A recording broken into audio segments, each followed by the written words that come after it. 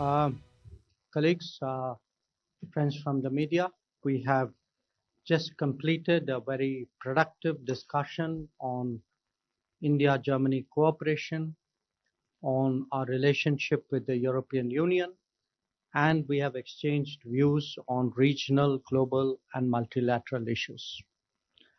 Now, before I come to those subjects, let me again first publicly welcome my friend, Foreign Minister Dr. Johan Wadephul, who is here for the first time in his current capacity. I had the honor of being his guest this May, and between May and now, we have actually been regularly in touch in this intervening period. Now, I first got to know him when we met at the Munich Security Conference, which was well before he became Foreign Minister. And I must say, even then, I was impressed by his commitment to advancing the India-Germany strategic partnership. I'm very confident that that enthusiasm will now be applied by him fully in his new role. During the day today, we've had detailed discussions on various aspects of our ties. This includes our political cooperation, security and defense, economic relations, research and future technologies, climate and energy, as well as education, skilling, mobility, and people-to-people exchanges. So let me share with you some key points which came out of today's discussion. One, we greatly value the understanding that Germany has shown with regard to India's fight against terrorism. Minister Wadephul has himself been explicit about our right to defend our people against terrorist attacks. Our parliamentary delegation that visited Germany in June after Operation Sindhu was also warmly received. Two, there's been an uptick in our defense and security cooperation. Germany participated in the Tarang Shakti air exercises last year, and its ships made port calls to Goa. Today, we agreed that such participation should be continued, indeed even expanded.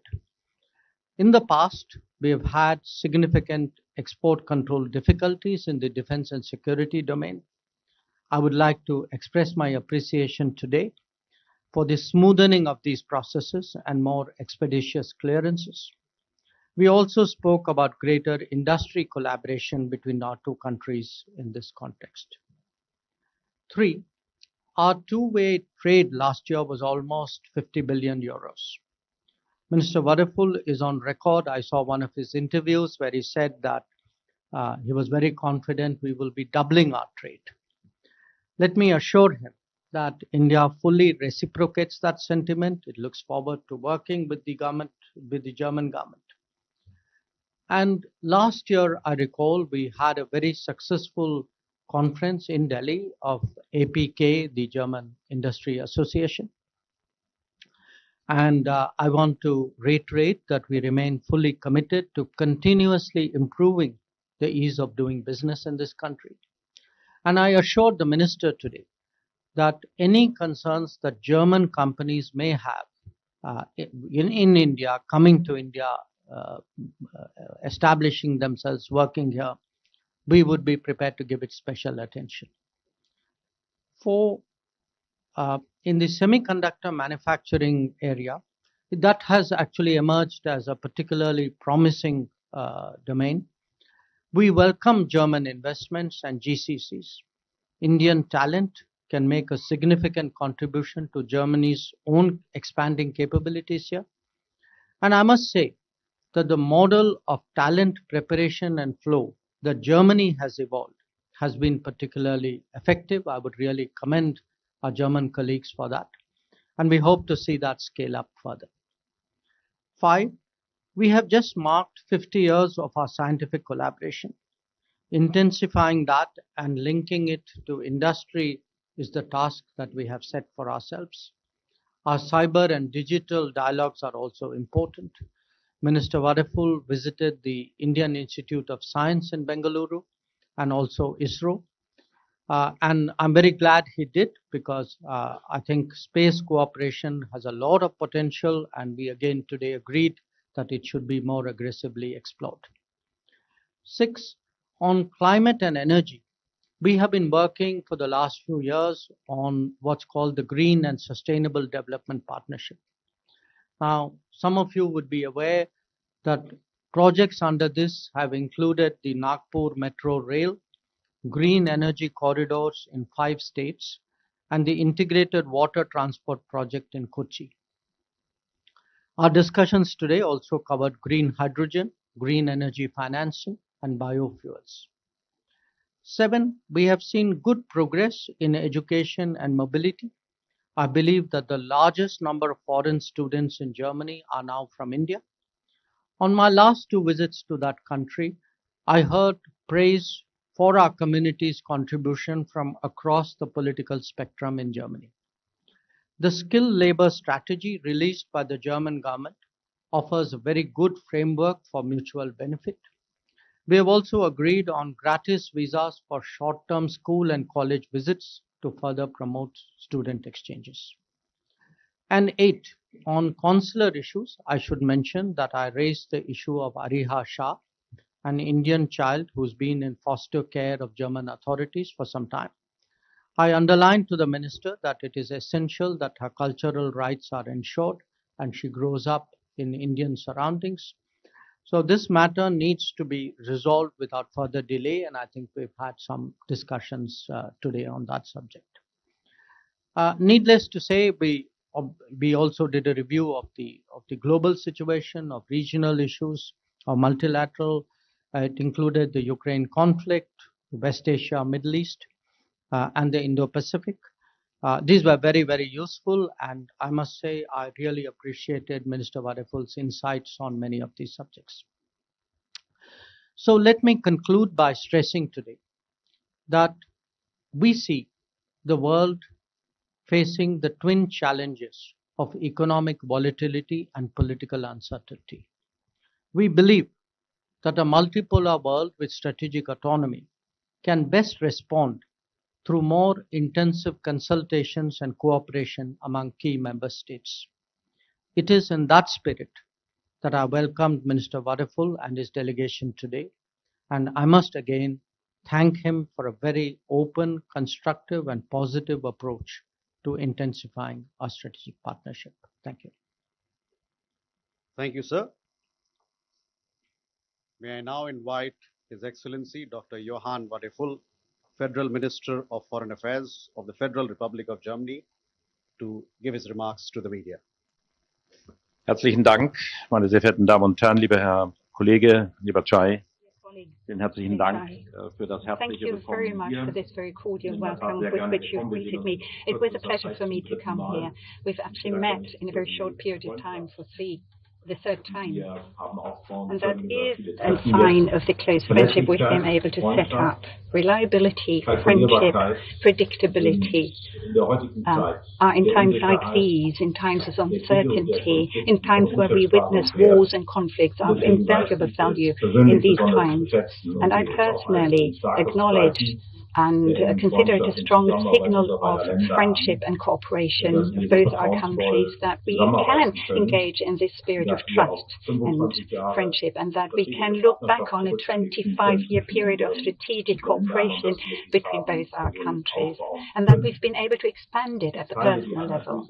I share your analysis completely, 100%, that this partnership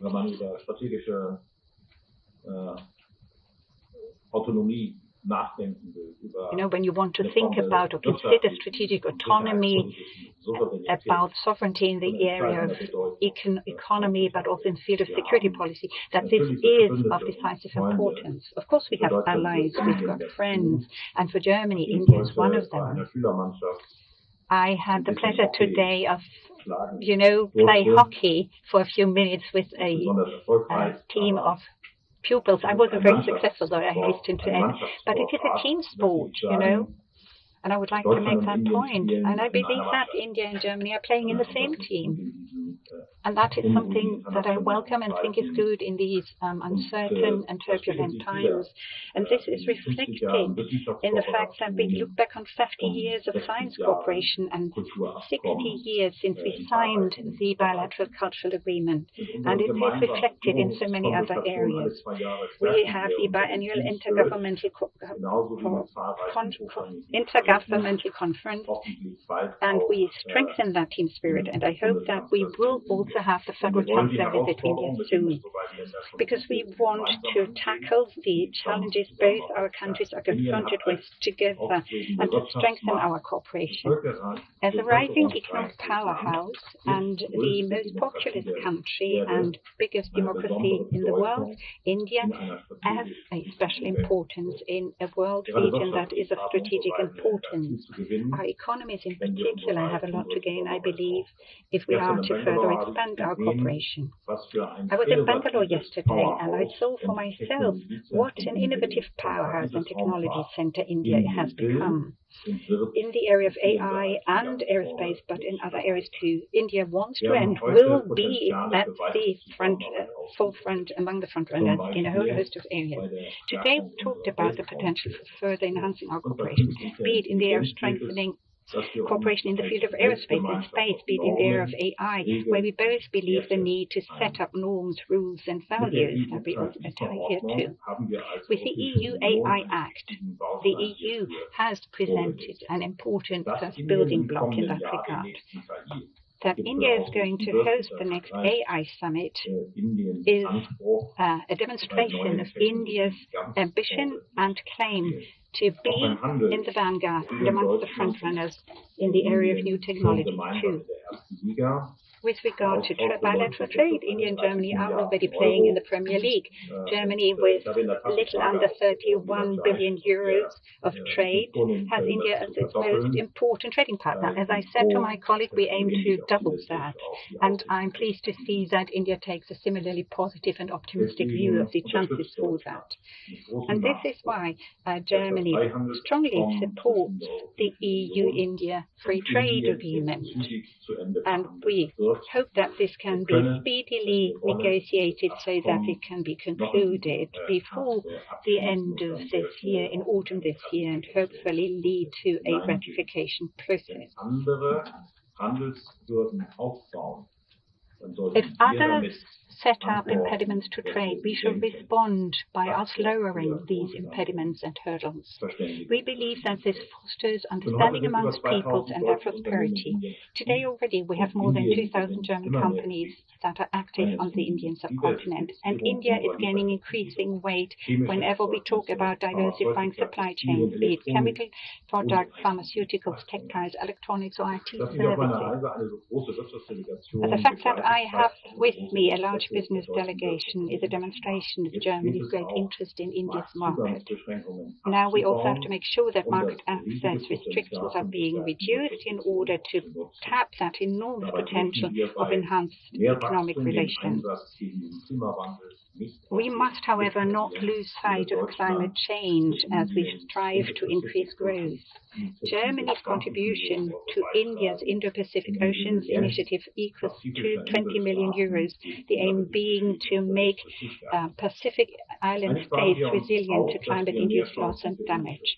We both also agree that we want to create more opportunities for Indian skilled labor and students who aim to come to Germany. We have almost 60,000 Indian students in Germany, which makes them already today the largest group of international students in Germany.